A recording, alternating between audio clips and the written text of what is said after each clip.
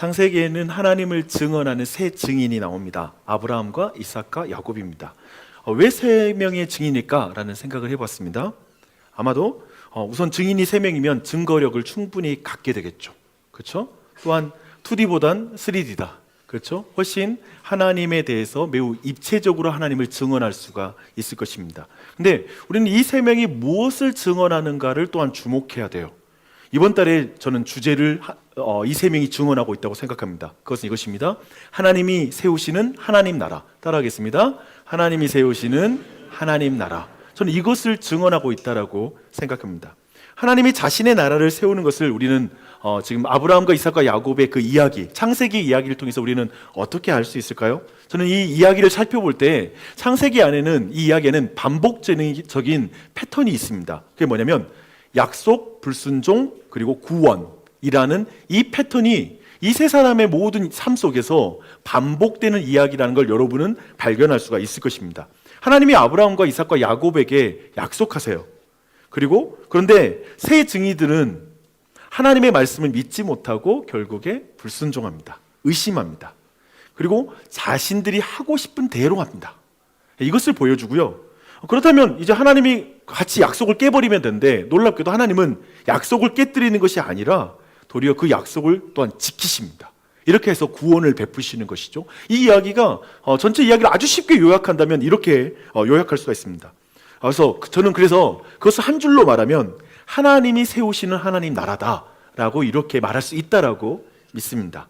그래서 아브라함과 이삭과 야곱의 이 300여 년이 가까운 이 역사의 기록, 그들의 삶에 대한 기록을 여러분이 추적하고 그리고 그 스토리를 자세히 살피잖아요. 그러면 한 단어가 확실해요. 반복이에요. 약속도 반복적으로 하고요. 그리고 약속을 깨뜨리는 것도 반복적으로 하고, 깨뜨렸는데도 약속을 지키시는 하나님도 똑같이 반복해요. 이 반복을 각자의 인생 속에서 하나하나 우리가 발견할 수가 있습니다. 약속도 반복되고 실수도 반복되고 그리고 구원도 반복됩니다. 근데 그거 아세요? 놀랍게도 이 반복의 패턴은 지금도 계속되고 있답니다. 지금도 여러분의 삶 가운데 반복되고 있고 교회의 역사 가운데 반복되고 있는 것이죠. 오늘 우리는 어쩌면 시공간에 있어서는 너무나 멀리 떨어져 있는 이 야곱의 이야기를 우리가 보겠지만, 사실 이 말씀에서 우리는 우리 삶의 복선을 보게 될 거예요. 아, 이게 나지. 아, 이 상황, 지금 내가 있는 상황이지. 아, 그리고 여기에 계신 이 하나님이 바로 내가 만난 하나님이고, 지금 나에게 하나님이 알려주고 싶어하는 하나님이지 라고 우리가 깨달을 수가 있다는 것이죠. 그래서 우리는 우선 지난 내용을 잠깐 요약할 텐데요. 지난주에 우리는 이삭이 137세가 되던 해에 있었던 그 사건을 중심으로 내용을 살폈습니다. 육적으로 영적으로 굉장히 눈이 어두웠던 그 이삭은 첫째 아들 에서에게 장자권을 넘겨주려고 아주 은밀하게 그 일을 진행한다는 걸 보았습니다. 놀랍게도 리브가는 그 당시에 도청장치가 없잖아요. 그렇죠? 나이도 들었어. 근데 도청장치도 없는데 그런 시대에 남편과 에서의 그 은밀한 대화를 엿듣습니다. 북한에서 그 도청부대원을 귀때기라고 부른다고 하더라고요. 그러니까 이삭 패밀리의 귀때기는 리브가예요. 그래서 앞으로 보겠지만 굉장히 아무튼 다 들어요. 얼마나 많이 듣는지 몰라요. 근데 리브가는 그렇게 다 듣고 나서 야곱을 이제 불러서 이제 자신이 쓴 각본을 그의 손에 쥐어주게 되죠. 근데 그 극본 제목이 뭐냐면 장자권 탈취 사기극. 이게 이제 그 극본의 이름입니다. 네, 둘은 굉장히 엉성한 극본을 들고 이제 실전에 들어가게 되죠. 행동에 옮깁니다. 이때 야곱의 나이가 77세예요. 여러분, 마마보이가 아니에요, 이건. 그렇죠? 근데 굉장히 아직도 아무튼 어머니에게 너무 의존하는 사람은 아직도 철이 없잖아요. 그렇죠? 근데 이 당시에도 동일해요. 철이 없어요. 아무튼 엄마가 시키는 대로 열연을 펼칩니다. 결국 이삭은 야곱에게 축복을 하게 되죠. 근데 에서는 이 일에 대해서 어떻게 반응할까? 그 반응이 이제 27장 41절에 나옵니다. 에서는 심중에 이르기를 아버지가 곡할 때가 가까웠은즉 내가 내 아우 야곱을 죽이리라 라고 이렇게 생각합니다. 더 이상 믿음의 명문 가문의 어떤 모습은 더 이상 보이지 않죠. 완전히 이 가정은 망가진 모습을 완전히 우리에게 보여주고 있습니다. 남편 이삭은 아내를 통해서 알게 되었던 그 하나님의 말씀, 그러니까 큰 자가 작은 자를 섬기리라 라고 했던 그 말씀, 하나님의 말씀을 완전히 무시하죠. 또한 하나님이 쉽게 말하면 하나님은 안중에도 없는 거예요. 또한 그냥 자기 입맛에 맞는 대로 좋아하는 사람을 좋아하고 거기에 축복을 주려고 하는, 그냥 그 있잖아요. 고기 좋아한다고 했죠. 그러니까 입맛에 맞는 대로 진짜 사는 거예요. 자기 욕구대로 사는 것이죠.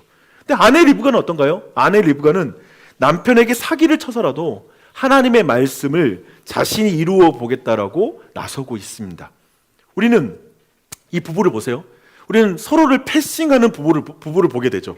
그러니까 서로를 무시하고 있어요. 사실상 이삭과 리브가의 관계가 굉장히 깨져 있다는 걸 우리는 확인할 수가 있죠. 근데 그 결과가 너무 비참해요. 깨어진 부부의 아래의 아이들이, 자녀들이 굉장히 비참해요. 오늘날에도 우리는 남편과 아내가 자기 고집대로 욕심대로 살아감으로 자녀들이 적지고 사는 것 정말 주변에서 본 경우가 있을 거예요. 자주 볼 수 있을 것입니다.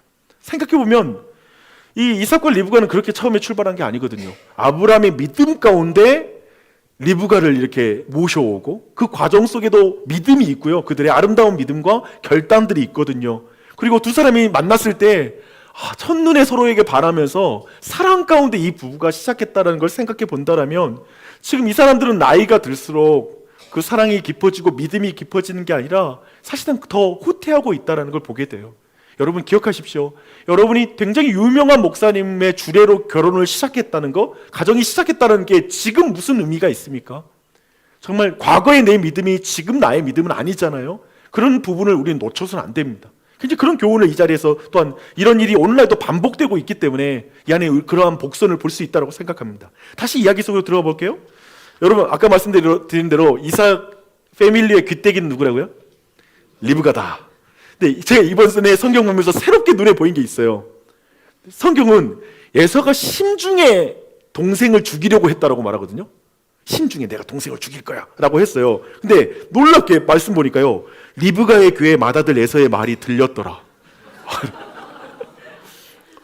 엄마의 귀는 엄청 밝다. 여기서 우리 여자의 귀를 무시하면 안 된다. 엄청 밝다. 심지어 그런 생각이 들어요. 근데 좀 우스개 이야기지만 그렇죠. 근데 생각해보면 리브가가 궁예처럼 관심법을 할 수 있었다라고 이렇게 해석하는 건 무리일 것 같아요. 근데 리브가는 생각해보면 대사기극이 성공한 이후에 한시도 마음 편할 날이 없었을 것입니다. 말씀 보니까요, 분명히 리브가는 에서의 눈치를 계속 살펴요. 혹시라도 그 마음에 악한 마음 품지 않을까 계속 그 마음을 살폈을 것입니다. 그리고 어떻게 알았는지 정확히 알 수 없지만 분명히 지금 첫째 아들 에서가 야곱을 죽이는 그 사리를 가지고 있다. 이미 그걸 마음으로 결정했다는 걸 이제 알게 돼요. 그래서 이제 야곱을 부르죠. 그래서 말합니다. 내 형 에서가 너를 죽여 그 한을 풀려 하니 내 아들아, 내 말을 따라 일어나 하란으로 가서 내 오라버니 라반에게로 피신하여 내 형의 노가 풀리기까지 며칠 동안 그와 함께 거주하라. 내 형의 분노가 풀려 내가 자기에게 행한 것을 잊어버리거든 내가 곧 사람을 보내어 너를 거기서 불러오리라. 어찌 하루에 너희 둘을 이르랴 라고 이렇게 말하죠. 그러니까 에서도 야곱도 읽고 싶지 않은 그 어미 리브가가 민첩하게 각본을 바로 씁니다. 제가 볼 땐 아무튼 성경에 나온 최초의 여성 감독이다. 연출가이기도 하고 각본까지 막 쓰는데 진짜 재빠르죠, 그렇죠? 리브가 그 나이가 들었는데 재빠르게 각본을 써요. 각본 제목은 에서피의 라반에게 도주작전 뭐 이런 거. 제가 말장난 해봤어요. 에서피의 어서피의, 그렇죠? 에서피의 라반에게 야반의 도주 뭐 이런 거. 그래서 라반에게 도주작전 굉장히 빨리 썼어요, 그렇죠? 그런데 이번 각본은 장자권 탈취 사기과는 좀 다르게 전개됩니다. 어떤 의미에서 다르다면요, 우선 그의 생각대로 진행되지 않는 내용이 있어요. 각본이 있어요. 내 형이 노가 풀리기까지 며칠 동안 그와 함께 거주하라고 말했지만 사실 형의 노가 풀리지 않아요. 사람 마음 내가 알아서 만들지 못해요. 화해 못 시켜요. 누가 화난 건 내가 사람이 만질 수 없는 거예요. 그래서 리브가는 사실상 살아서 야곱을 다시 제외하지 못합니다. 아들 못 만나고 죽어요. 그 비참한 어떤 결론을 보게 되죠. 그리고 이번 각본에는 사실 과거에는 각본에는 이삭이 포함되지 않았잖아요. 이번에는 이삭을 캐스팅해요. 근데 여러분 알죠? 굉장히 캐스팅할 때 어려운 사람은 굉장히 좀 각본을 바꿔서라도 중요한 역할을 맡겨서라도 이렇게 캐스팅하잖아요. 근데 우선 캐스팅할 때 다른 대본을 들고 들어갑니다. 어떻게 대본을 들고 가냐면 이렇게 말해요. 여보, 내가 에서가 결혼한 저 가나안 며느리들, 저 햇사람들 보는데, 햇사람의 딸을 보는데 밥맛이 안 나, 살맛이 안 나. 내가 야곱까지 저런 이 땅의 사람들, 이 가나안 땅의 사람들, 저 햇사람 딸들 데리고 오면 나 그냥 정말 무슨 재미로 나라에게 살라는 말이야? 라고 이렇게 이제 이삭에게 말을 해요. 다른 대본이죠. 이 대본의 이름은 야곱 신부찾기 프로젝트, 이렇게 이름을 따로 붙여서 다른 걸 지어주는 거죠. 분명 여기까지 지금 되게 리브가가 모든 걸 연출하고 있고 되게 대본 써가면서 막 주도해 나간다라는 인상을 지울 수가 없어요. 그런데 여러분, 놀랍게도 28장 1절부터 5절에서 내용을 잘 보십시오. 어쩌면 이전에 육적으로 굉장히, 영적으로 굉장히 어두웠던 이삭, 철저히 수동적으로 속고 끌려갔던 그 이삭이잖아요. 근데 그가 영적인 눈이 밝아져요. 그리고 어떤 주도권을 가지고 이 일을 진행해 나가요. 그가 영적인 눈이 밝아졌다는 증거가 28장 4절이에요. 그 말씀 보십시오. 아브라함에게 허락하신 복을 내게 주시되 너와 함께 내 자손에게도 주사 하나님이 아브라함에게 주신 땅 곧 내가 거류하는 땅을 내가 차지하게 하시기를 원하노라. 여러분, 지금 이 축복이 왜 지금 이삭이 영적으로 눈이 밝아진 증거라고 말하냐면, 사실 그가 눈이 어두웠을 때 야곱에게 했던 축복의 내용과 비교해 보면 이게 지금 약간 축복의 내용에서 지금 색깔이 바뀌었다는 걸 여러분이 알 수가 있어요. 27장 28절 29절이에요. 이렇게 말합니다. 눈이 어두웠을 때 했던 축복이에요. 하나님은 하늘의 이슬과 땅의 기름짐이며 풍성한 곡식과 포도주를 내게 주시기를 원하노라. 만민이 너를 섬기고 열국이 내게 굴복하리니 내가 형제들의 주가 되고 내 어머니의 아들들이 내게 굴복하며 너를 저주하는 자는 저주를 받고 너를 축복하는 자는 복을 받기를 원하노라. 어때요? 지금 이 영적으로 눈이 어두웠을 때 했던 그 축복의 내용은 다분히 육체적이죠. 그죠? 먹는 것도 이야기하잖아요. 쉽게 말하면 야, 너 잘 먹고 힘센 자가 되라, 능력 있는 사람 되라, 그래가지고 남들이 부러워하는 인생 살아라 라고 지금 이렇게 축복하고 있습니다. 그러니까 야곱이 생각했던 그 하나님의 나라는 단지 이 세상의 붕황한 나라와 큰 차이가 없는 그런 어떤 축복을 하고 있다는 것이죠. 그러나 28장 4절에서의 축복에서 강조되는 게 그거예요. 다른 게 뭐냐면 아브라함이 계속 등장해요. 그러니까 27장의 축복에서는 아브라함에 대한 내용은 전혀 안 나오거든요. 잘 보면. 근데 아브라함에 대한 축복을 한다는 말이면 아브라함을 통해서 하나님이 약속하셨던 그 하나님의 나라, 그 영적인 축복의 나라에 대한 그 감각을 다시 회복하고 이 말을 하고 있다는 거예요. 그래서 아브라함에게 약속한 하나님의 나라의 복을 구하고 있는 것이죠. 그러니까 영적으로 눈이 밝아진 거예요. 리브가는 이 상황 자체를 좀 여러분이 약간 뒤로 물러나 다시 한번 정리해 보면, 리브가는 어쩌면 또 야곱을 살리기 위해서 이삭을 속이는 큰 그림을 그리고 이 작전 펼치고 있는 것 같아요. 그렇죠? 그러니까 지금 한 가정 안에 한 사람은 그런 그림 그리고 움직여. 하지만 이삭은 자기 입맛대로 맞는 대로 살아가는 그 남편과 아버지에서 변화가 됩니다. 이제 하나님의 마음에 맞는 방향으로 결정하는 남편과 아버지가 되는 것이죠. 그 방향으로의 전환이 일어나는 것이죠. 과거에는 그랬어요. 야, 마지막 날에 애들 이제 축복할 때, 우리가 죽어간 날에 그런 아버지, 너 잘 살아라. 네가 물려준 집 잘 가지고 관수하고 아무튼 잘 관리해서 애들 잘 키우고 살아라. 이 정도 선이 아니라 마지막 날에 너는 네가 하나님 나라의 아름다운 복을 받는 사람으로 사람들에게 복을 흘리는 사람이 됐으면 좋겠어. 너가 하나님 나라의 아름다운 축복을 사람들에게 흘리는 사람, 그리고 그런 은혜가 있는 사람이 됐으면 좋겠어. 좀 다르죠, 그렇죠? 지금 구하는 내용이 완전히 달라요. 그렇게 말하고 있어요. 이삭의 이런 영적 회복까지 리브가의 대본에 들어있었을까요? 저는 안 들어있었을 것 같아요. 리브가가 은근히 흘리면서 저쪽에 가서 그냥 결혼시키자라고 할 때 영적 회복까지 있지 않아요. 어떻게 사람의 영적인 걸 회복시켜요? 근데 하나님 그 일을 이루시죠. 놀랍게도 리브가의 각본이 아니라 지금 하나님의 약속이 이루어지고 있다는 걸 지금 이 이야기들은 우리에게 보여주고 있는 것입니다. 저는 이 이야기에서 동일하게 우리는 우리의 삶에서 볼 수 있는 삶의 복선이 이 안에 있다고 생각해요. 우리는 우리 입맛대로 살다가 욕심대로 살다가 관계가 파괴되는 것을 부부 사이에 경험할 수도 있고요. 가까운 관계 안에서 우리는 경험할 것입니다. 말씀을 무시하는 남편, 그러면 믿음이 좋은 아내는 어떻게 되는 줄 아세요? 그러면 남편을 무시하는 아내가 돼요. 믿음이 있는데 하나님을 무시하는 남편 보면서 남편을 무시하는 거예요. 그렇게 되어서 어떤 의미에서는 자녀들이 적지고 사는 것, 그렇게 이제 열심히 자녀들만 보고 키웠는데, 뭔가 내가 목적을 두고 한 아이에게 투자했는데 그 아이가 내 마음대로 안 될 수 있어요. 도리어 자녀들이 적지고 사는 그 결과를 보면서 씁쓸해할 수 있죠. 자녀들이 이리저리 탈선하는 것을 보기도 합니다. 이런 실패는 사실상 우리가 피하고 싶지만 닥칠 수 있는 것입니다. 그 순간 우리는 모두 리브가처럼 도둑이 제발 저리는 그 마음으로 아이들의 그 마음을 전전긍긍하면서 그 마음을 살피죠. 저 마음에 뭐가 있을까? 무슨 일이 생길까 싶어서 아이들을 보게 되죠. 그리고 나서 또 인간적으로 대본을 짭니다. 리브가처럼. 또 여기서 어떻게 할까? 그래서 얘를 어디로 보낼까? 전학시킬까? 어디로 보내버릴까? 그러면 괜찮을까? 막 이런 식으로 이제 자신의 어떤 또 대본을 써서 이 사태를 수습하려고 합니다. 근데 때로는 그 일이 너무나 커져가지고 혼자 해결할 수 없게 되어서 어쩔 수 없이 배우자에게 손을 내밀 때가 있어요. 지금 제가 보는 리브가 상황은 그거예요. 어쩔 수 없이 남편에게 이제 어떤 남편의 손을 빌리는 그런 상황이죠.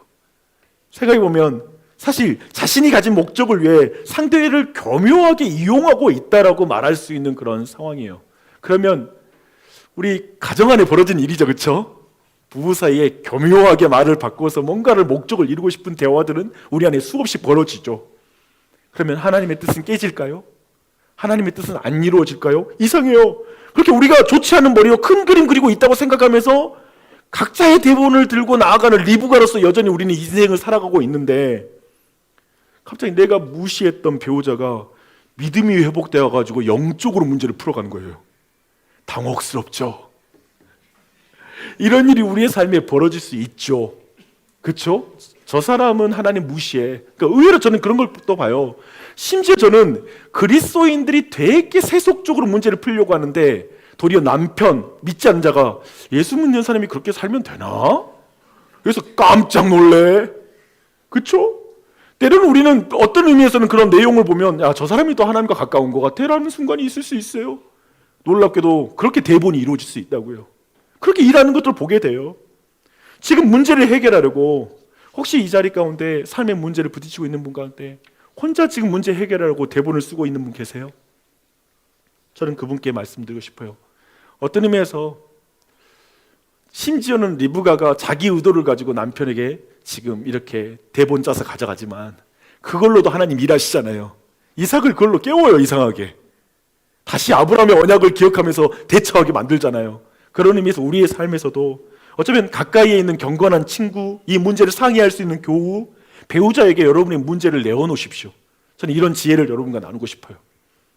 하나님의 위에서 나오는 말씀이 아니라 무엇을 먹을까 무엇을 입을까 염려하며 입맛대로 살다가 우리 실수는 할 수 있습니다. 실수를 해요. 인생 가운데 그 실수가 10년, 20년이 될 때도 있어요. 그렇게 할 수는 있어요. 그런데 또 혼자서 인간적인 대본을 쓰면 그게 악수가 되는 것입니다. 실수에 대한 대처가 잘못되면 악수잖아요.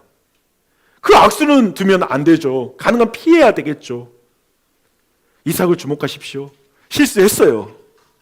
하지만 다시 하나님의 눈이 열려서, 영적인 눈이 열려서 하나님이 아브라함에게 주신 각본을 잡는 거예요. 그렇죠?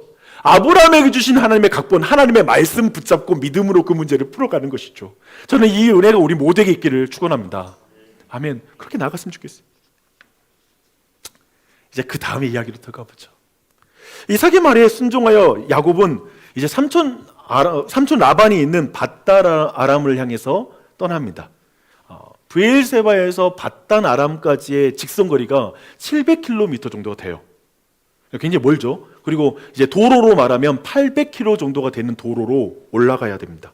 근데 이 길은 사실상 97년 전에 아브라함의 종 엘리에셀이 이삭의 아내 리브가를 구할 때 올라갔던 길, 그리고 리브가가 내려왔던 그 길을 이제 야곱이 혼자 올라가고 있어요.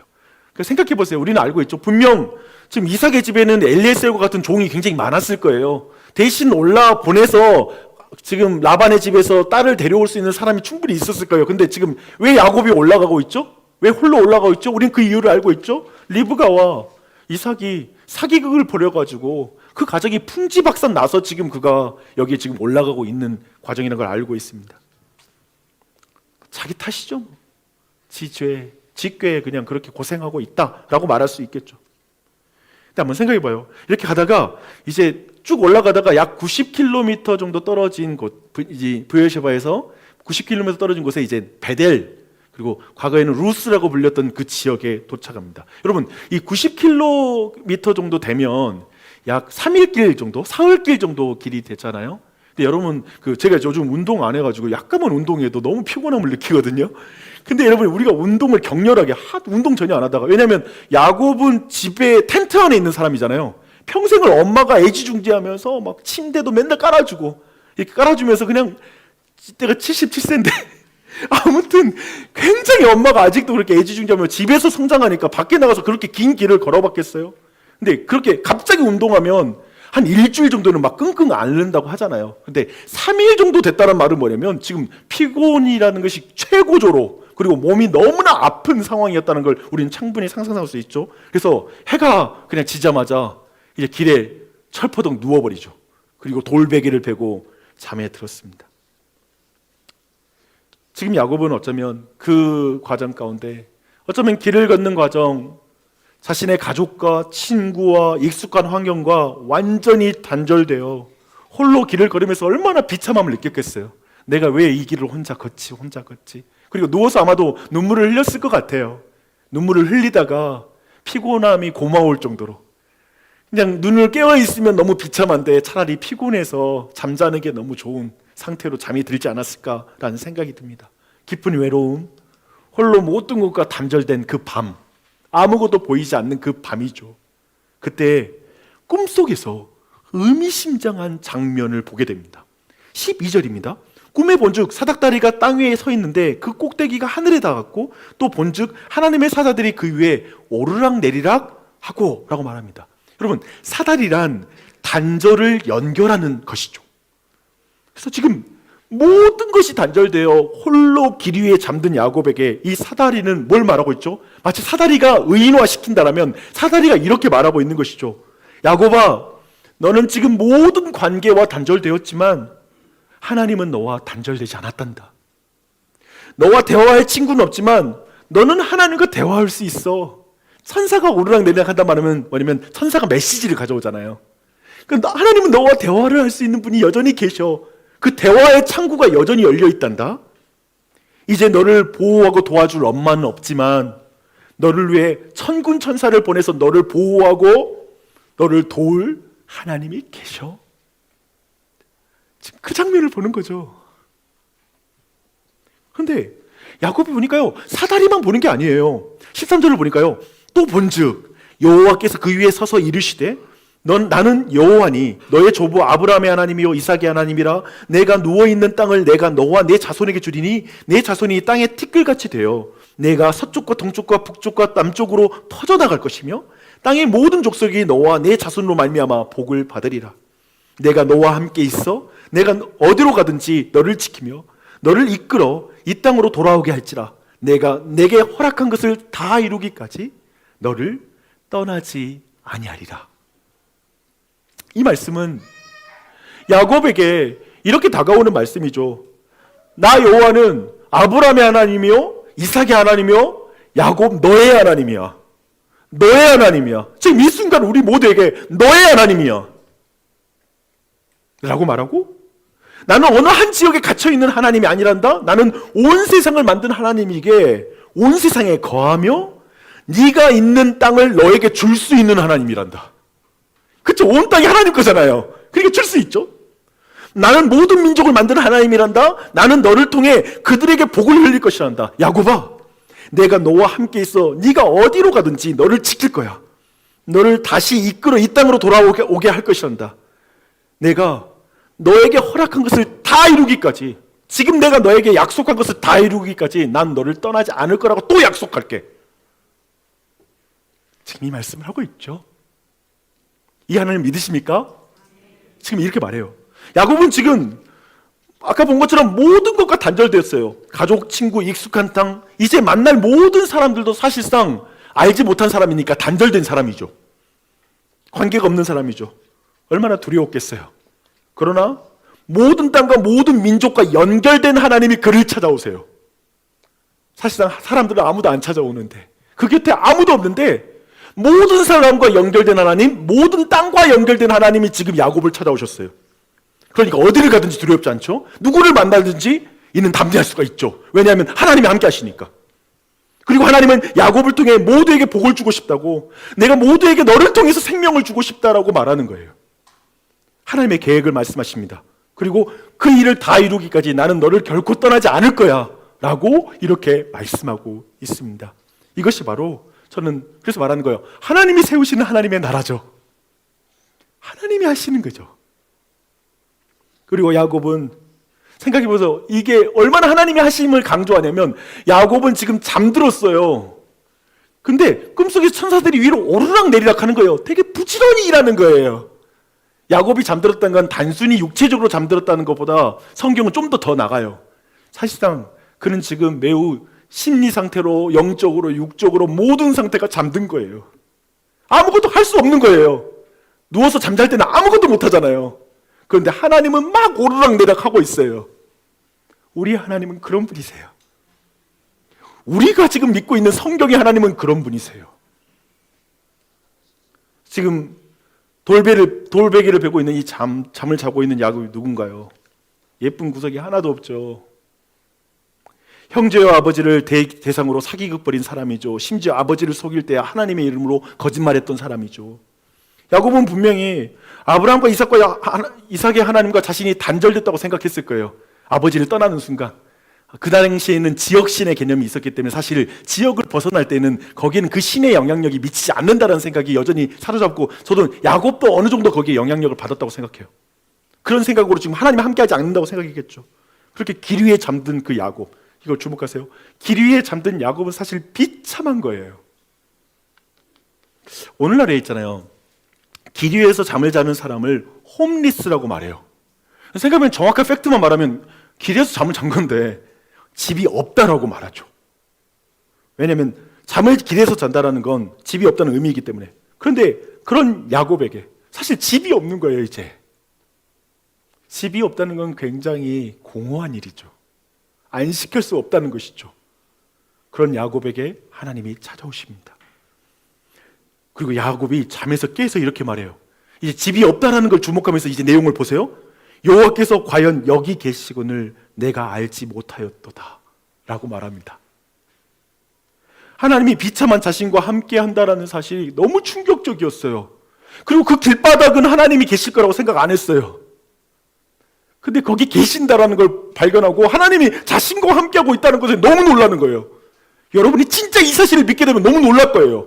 그래서 여기 하나님이 지금 나와 함께 한다는 걸 그리고 여러분이 회사에 있을 때, 혼자 너무나 외롭게 울고 있을 때, 아무도 나를 안아주지 않는다라고 생각하면서 그냥 부부 사이에서도 그냥 마음이 서운해서 있을 때, 어쩌면 홀로 그렇게 있을 때 하나님이 거기 함께 한다는 걸 여러분이 알게 되면 어떻게 반응하냐면 두려움을 느낄 거예요. 17절, 이에 두려워하여 이르되 두렵도다 이곳이요, 이것은 다름 아닌 하나님의 집이요 이는 하늘의 문이로다 하고, 야곱이 아침에 일찍 일어나 베개로 삼았던 돌을 가져다가 기둥으로 세우고 그 위에 기름을 붓고 그곳 이름을 베델이라 하였더라. 이 성의 엣 이름은 루스더라. 홈리스 야곱, 집 없는 야곱. 길에서 잠을 야곱은 사실상 역사상 가장 위대한 인식의 전환, 시각의 전환을 보여주죠. 그래서 이렇게 말하는 거예요. 이곳은 다름이 아닌 하나님의 집이군요. 길바닥인데 여기가 하나님의 집이군요. 누군가 나를 길바닥에서 사는 홈리스라고 부를지 모르지만 그렇게 부르지 마세요. 나에게 하나님 아버지가 계시니 여기가 아버지의 집이에요. 이거 굉장히 정신승리 같아요, 지금 점점. 그렇죠? 근데 그렇게 말하고 있어요. 저는 정신승리는 하나님 없이 자기가 생각해서 하는 걸 정신승리라고 생각해요. 그런데 하나님이 곁에 계시는 것을 믿음으로 나아가는 건 정신승리 아닌 믿음이라고 생각해요. 이렇게 말하는 거예요. 그래서 이곳을 누군가는 루스라고 부를지 모르지만 이제 이곳은 베델입니다. 바뀐 거예요. 장소를 보는 개념, 지금의 환경을 보는 개념, 지금 내 삶을 둘러싸고 있는 모든 걸 보는 개념이 바뀌었어. 나를 보는 관점도 바뀌었어요. 하나님이 함께 계시니까 내가 성전이지? 나 별 볼 일 없고 능력 없고 실력 없고 자주 넘어지는 나지만 하나님이 내 안에 계시니 내가 성전이지 라는 시야로 나를 보는 거예요. 다른 것도 마찬가지로 그렇게 보는 거예요. 그래서 찬송가 438장이 생각이 났어요. 내 영혼이 은총 입어 중한제진 벗고 보니 슬픔 많은 이 세상도 천국으로 화하도다. 화하다는 건 바뀌어버렸다. 다르게 보인다. 높은 산의 거친들이 초막이나 궁궐이나 내 주 예수 모신 곳이 그 어디나 하늘나라. 하늘나라란 하나님의 집이죠. 베델이죠. 할렐루야 찬양하세. 내 모든 죄 사함받고 주 예수와 동행하니 그 어디나 하늘나라 라고 말하죠. 오늘 이 말씀을 저는 신약의 한 이야기와 함께 통해서 이제 말씀을 정리하도록 하겠습니다. 신약에 있는 한 이야기에도 두 아들을 둔 한 아버지가 등장합니다. 어느 날 둘째 아들이 아버지에게 유산을 요구합니다. 둘째 아들이 아버지에게 유산을 요구했단 말은 뭐냐면 내가 아버지 죽을 때까지 기다리지 못하겠어요. 빨리 주세요. 굉장한 말이죠. 아버지는 그럼에도 불구하고 아들에게 그의 몫을 그에게 전달합니다. 아들은 며칠이 안 돼서 그 모든 유산을 들고 먼 나라로 갔다고 성경은 말합니다. 먼 나라로 갔다는 말은 뭐냐면 나 아버지의 집에서 가능한 멀리 가고 싶어. 가까이 있고 싶지 않아 라는 그런 마음이 표현된 것입니다. 최대한 멀리 떠났습니다. 그리고 그는 그곳에서 모든 재산을 허비해버립니다. 한마디로 그는 길바닥에 나앉았습니다. 진짜 길에 나앉았어요. 홈리스가 된 것이죠. 돈이 있을 때 그의 곁에 기웃거리던 많은 사람들은 이제 다 사라졌어요. 아무도 그 곁에 없습니다. 그에게 조그만 자비도 베푸고 싶어하는 사람이 없어요. 짐승이 주는 음식도 주고 싶어하지 않는 거예요. 지독하게 단절된 상태가 된 것이죠. 완전히 고립된 것이죠. 그냥 너무나 외로운 상황에 처하게 되었죠. 비참해졌습니다. 그는 그 자리에서 아버지의 집에 있는 종들은 풍족한 것을 떠올립니다. 떠올리면서 아버지의 집으로 가자. 아버지의 집으로 가자 라고 생각하죠. 다시 돌아가 자신은 아들의 신분을 회복하지 않아도 된다고, 그냥 종으로만 받아줘도 괜찮다고 생각하면서 아버지의 집을 향해서 이제 걸어갑니다. 그렇게 돌아가는 길에 아직도 아버지의 집은 멀리 떨어져 있었습니다. 근데 갑자기 누군가 아들을 먼저 알아보고 다가옵니다. 나이 든 아버지였습니다. 분명 나이 들었기 때문에 뛰는 모습이 여러 가지로 불편한 모습으로 달려왔을 것입니다. 그 아들은 그 먼 곳, 아직 집이 멀리 떨어져 있는데 아버지가 거기에 나와 있을 걸 생각하지도 않았어요. 상상할 수도 없었어요. 사실 이 말은 뭐냐면 아버지는 아들이 떠난 이후에 계속 그 자리에 나와서 아들을 기다렸던 거예요. 아들이 언제 오지? 아버지는 사실 다 알았어요. 아들이 길바닥에 나앉을 거라는 걸. 길바닥에 나앉을 것을 다 아셨다는 의미는 어떤 의미도 있냐면 사실은 아버지의 마음만은 항상 아들이 어디 있든지 그 자리에 함께 있었어요. 이놈 거기서 얼마나 힘들까 그냥 아픈 거예요. 그냥 그런 의미에서 아들은 몰랐겠지만 아버지 측면으로 본다면 아들이 어디에 있건 거기가 베델이었죠. 아버지가 거기 있었으니까, 마음이 있었으니까. 근데 드디어 이제 그가 돌아오면서 아버지 앞에 나와 이제 아버지가 이렇게 달려와 아버지의 품에 안기죠. 바로 그 길이 바로 베델이죠. 거기가 베델이죠. 아버지 집이죠. 우리는 그 이야기를 봐요. 근데 놀랍게도 이야기는 집에 돌아가 이제 아버지는 아들을 씻기고 가락지를 끼우고 그리고 옷을 입히고 송아지를 잡아서 잔치를 벌리고 이웃을 초대하게 되죠. 너무 기쁜 잔치가 벌어져요. 아들의 신분을 회복시킨 거예요. 아들로서의 신분을 회복시켰어요. 근데 그 집에 들어오지 못하는 한 사람이 있어요. 큰아들이에요. 큰아들은 어렸을 때부터 아버지의 말대로 그대로 순종했고 늘 그 집안에 머물면서 모든 일을 수고했어요. 근데 그 아들이 왜 못 들어올까? 또 아버지가 뛰쳐나와요. 뛰쳐나와서 야, 잃었던 아들이 왔는데, 죽었던 아들이, 동생이 왔는데 이제 들어가서 기뻐하면서 잔치에 참여하자라고 말을 합니다. 하지만 아들은 말하죠. 내가 어렸을 때부터 내가 아버지 속썩인 일도 없고 내가 아버지의 말에 불순종한 일도 없는데 내 친구를 위해서 송아지 한 마리라도 염소 한 마리라도 잡아준 적이 있습니까? 이게 뭡니까? 그러면서 불편함을 토로하죠. 근데 이 말 자체가 의미하는 바는 이런 거예요. 그는 집 안에 있으면서 집 안에는 있었지만 한 번도 아버지 집이라고 느끼면서 머물러 본 적이 없는 거예요. 아버지 집이면 그냥 자신이 수고해서 방값으로 들어와 앉아 있을 필요도 없고 막 노력해야지 뭔가 그에게 뭔가 사랑을 더 베풀어주고 재산을 더 나눠주고 송아지 잡아주고 이런 게 아닌데 아들로서 요구하면 되는 것인데, 그러니까 아들로서 그 집에 있어 본 적이 없는 거죠. 큰아들이 집 안에 있는 홈리스였어요. 집 안에 있는데 홈리스가 있는 거예요. 저는 오늘 이 말씀을 정리하며 어쩌면 우리 안에 이 두 부류 안에 우리가 있을 수 있다고 생각이 듭니다. 작은 아들처럼 정말 믿음 생활하지만 어쩌면 세상의 길로 멀리 떨어져서 그냥 즐기고 싶고 하나님이 주신 복과 은혜들로 어쩌면 자유로 그냥 내 마음껏 즐기고 싶은 마음으로 지금 멀리 떠난 사람, 그래서 길바닥에 앉아있는 사람이 이 자리에 있을 수 있을 것 같고요. 어쩌면 너무나 교회라는 문화는 익숙하고 교회 예배당에 나와 있고 모든 게 너무나 나한테는 자연스럽지만 사실상 이곳이 내게는 너무나 아버지의 집은 아닌 그런 사람이 이 자리에 있을 수 있습니다.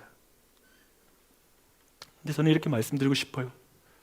정말 여러분이 정말 자격 없는 자로 정말 그렇게 외롭게 자신이 있다면, 저는 여러분이 그렇게 자신이 하나님을 떠나면 그 집을 떠나 내가 길바닥에 앉아 있구나라고 느낀다면 사실 여러분은 꿈을 꿀 차례가 온 거예요.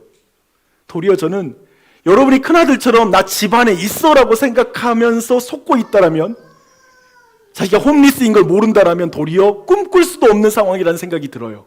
근데 여러분이 만약에 자신이 하나님의 은혜를 너무나 저버려 길바닥에 앉아있는 사람이라고 느낀다면 이제 꿈을 꿀 수 있습니다. 사실 그 자리가 하나님이 찾아오는 자리라는 것입니다. 여러분이 어느 자리에 있건 사실은 집 안에 있어도 주님은 여러분을 추적할 거예요. 그리고 거기에서 여러분을 만나줄 것입니다. 거기에 사닥다리가 있습니다. 거기에 모든 연결하는 예수 그리스도가 거기에 계십니다. 찾아오십니다. 그분을 신뢰하십시오.